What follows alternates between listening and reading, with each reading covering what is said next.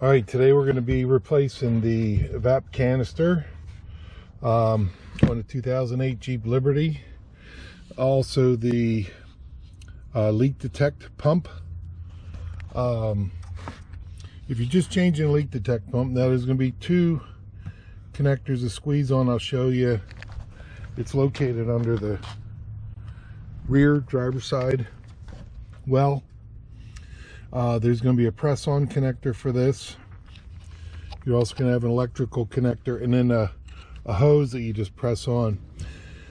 I'll show you how to remove those in a second, but real quick, if you're going to be doing your canister, or if you're just going to be doing the pump, there's a little tab under here.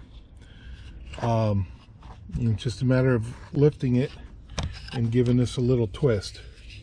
So there you can see the tab. Some people use a screwdriver to get in there. And making sure that your seal's good. So mine's all brand new, which is fine. There's 13mm nut and bolt holding this onto a bracket that I'm going to remove, and then it's held in by these two rear pins. So I'll show you that underneath in a second. All right, so we're under mine. This is the press tab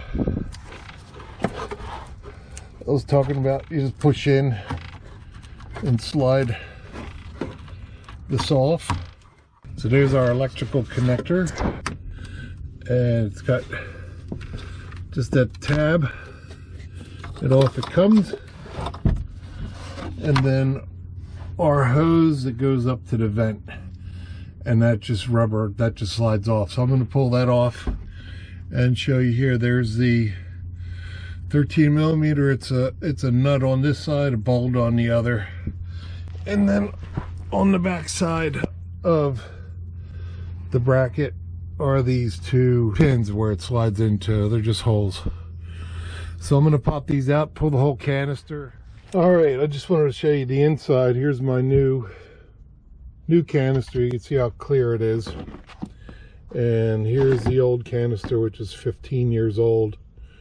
It's pretty cruddy, but yeah, I mean, you get error messages. You can get is your P0455 456, and then also gas cap on your odometer could pop up. So I hope this helps you. This is an easy replacement.